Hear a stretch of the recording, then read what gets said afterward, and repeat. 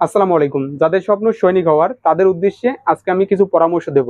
যাদের স্বপ্ন বাংলাদেশ সেনাবাহিনীতে বা অন্যান্য বাহিনীতে যোগদান করে দেশ ও জাতির কল্যাণে কাজ করবেন, তাদের উদ্দেশ্যে আজকে আমি ৫টি পরামর্শ দেব। এই ৫টি পরামর্শ ফলো করলে আপনি অন্যদের থেকে অনেক এগিয়ে থাকবেন এবং আগামী নিয়োগটি কবে প্রকাশ করবে এই সম্বন্ধে আপনি ক্লিয়ার জানতে পারবেন। তাই অবশ্যই ভিডিওটি সম্পূর্ণ দেখবেন। তো আমার প্রথম পরামর্শ হচ্ছে, আপনি বাংলাদেশের যে বাহিনীতেই পরীক্ষা দেন না কেন, সকল বাহিনী সম্পর্কে একটা ক্লিয়ার ধারণা রাখবেন যে কোন বাহিনী কোন মন্ত্রণালয়ের অধীনে পরিচালিত হয়, কোন বাহিনীর প্রধানের নাম কি এবং কোন বাহিনী উৎপত্তি হয়েছে কোথা থেকে, তাদের কার্যক্রম কি, এই সম্বন্ধে একটা ক্লিয়ার ধারণা রাখবেন। কারণ পরীক্ষার সময় অনেক এই বিষয় থেকে প্রশ্ন আসে।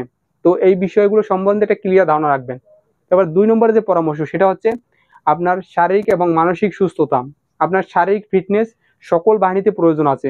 তাই আপনার শারীরিক ফিটনেস ঠিক রাখার জন্য আপনি সকাল বিকাল ব্যায়াম করতে পারেন, দৌড়াতে পারেন, বুক ডাউন দিতে পারেন, লাফ দিতে পারেন, হাই জাম্প দিতে পারেন, সাঁতার কাটতে পারেন।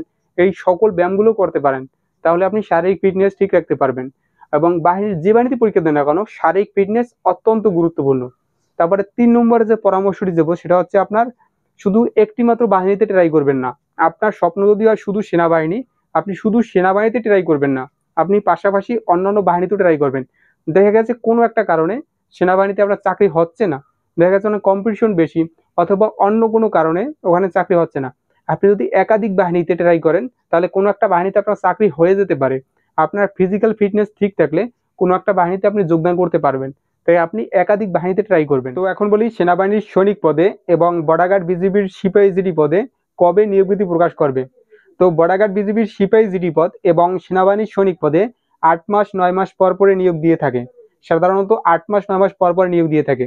যদি এই মাসে নিয়োগ দেয় সেনাবাহিনীর সৈনিক পদে, তাহলে সামনে ৮ মাস পরে আবার নিয়োগ দিবে। তো দেখা যাচ্ছে সেনাবাহিনীর সৈনিক পদে জানুয়ারি মাসে নিয়োগ দিয়েছিল।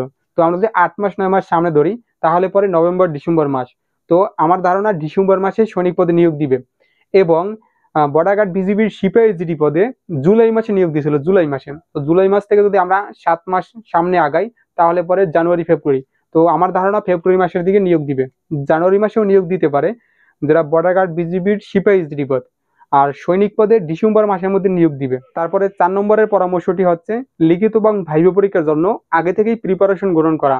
আগাম প্রিপারেশন আপনার স্বপ্ন পূরণে সহায়ক ভূমিকা পালন করবে। অনেকের দেখা যায় বডি ফিটনেস খুবই ভালো, শারীরিক ফিটনেস খুবই ভালো, কিন্তু লিখিত এবং ভাইবা পরীক্ষায় বাদ পড়ে যায়, তাই তার স্বপ্ন পূরণ হয় না। তাই আপনারা আগে থেকেই প্রিপারেশন নেবেন। আপনারা চাইলে ভালো একটা বই কিনে পড়তে পারেন, অথবা আমাদের কাছ থেকে পিডিএফ সাজেশন অথবা স্পেশাল বই নিতে পারেন কুরিয়ারের মাধ্যমে। এছাড়াও আমাদের ভিডিওগুলো ভালো করে দেখতে পারেন, তাহলে আপনি অনেক বিষয় জানতে পারবেন। তারপরে ৫ নম্বরে যে পরামর্শটি সেটা হচ্ছে সাহস ও মনোবল বৃদ্ধি করা। বাহিনীর পরীক্ষাগুলোতে সাহস এবং মনোবল খুবই গুরুত্বপূর্ণ। দেখা গেছে ভাইবা পরীক্ষায় অনেক সহজ কোশ্চেন করে, কিন্তু ভয়ের কারণে অনেক সময় সহজ প্রশ্নে অ্যান্সার করতে পারে না। অনেক সময় দেখা যায় আপনাদের অনেক প্রার্থী হলে মাঠের মধ্যে লিখিত পরীক্ষাগুলো হয়ে থাকে।